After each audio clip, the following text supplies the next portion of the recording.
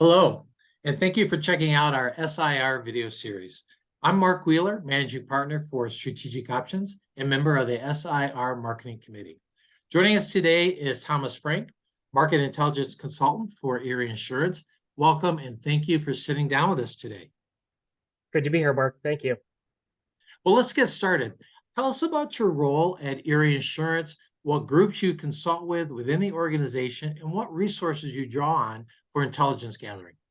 Sure. So within my role as a market intelligence consultant, we're actually housed within our strategy area. So we've got strategic planning and marketing insights kind of put together. So we have really drawn a wide range of constituencies and stakeholders. But I'd say day to day, kind of the primary groups that we consult with is the kind of vice president, senior vice president, executive council. That is kind of our sweet spot, I would say, for the organization. So we handle a wide range of topics, and we kind of own various strategic planks within the organization. So anything from your traditional kind of competitive intelligence, market intelligence, all the way through to strategic planning, strategy development. We kind of, own bits and pieces of development for the divisions, for the organization as a whole, looking forward into 3, 5, 10 years. What should be on our radar? What should we be looking out for?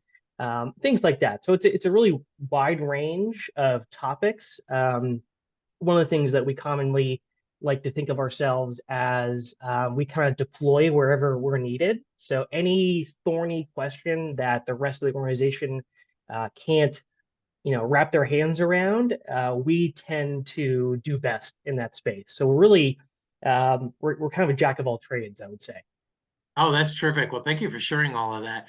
Now, without divulging any proprietary information, what are the hot topics that you're seeing within the industry or within your organization for 2023?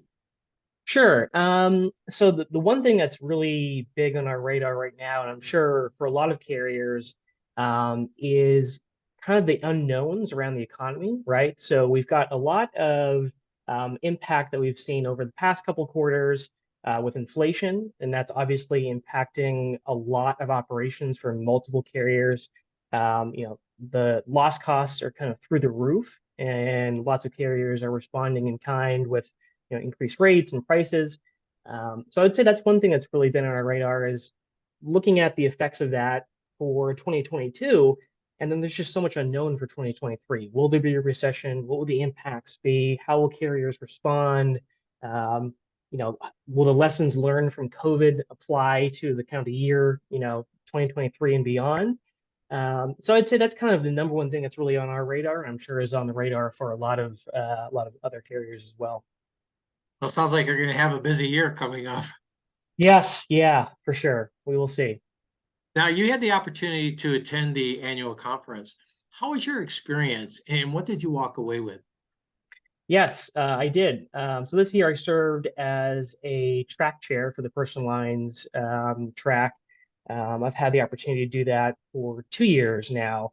The experience this year, obviously being back in person for the first time in many years, was absolutely phenomenal. I've told many of my fellow SIR members and other folks that are interested in SIR is every time we kind of come together during one of these conferences, whether it be the annual conference or the spring conference, it's like a large family reunion. You like to see all the familiar faces. You obviously didn't get a chance to really interact that much with this audience, so it was a nice homecoming of sorts.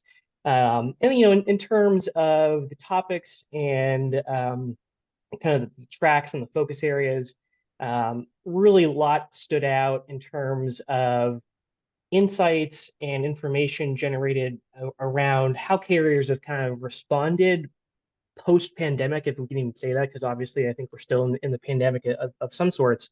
But how carriers have responded, what they've learned, insights that they've generated from those experiences, and how they're applying them moving forward. So it was a really nice opportunity to kind of learn really high level around, particularly one of the areas that we're concerned with is how are agents responding to this change.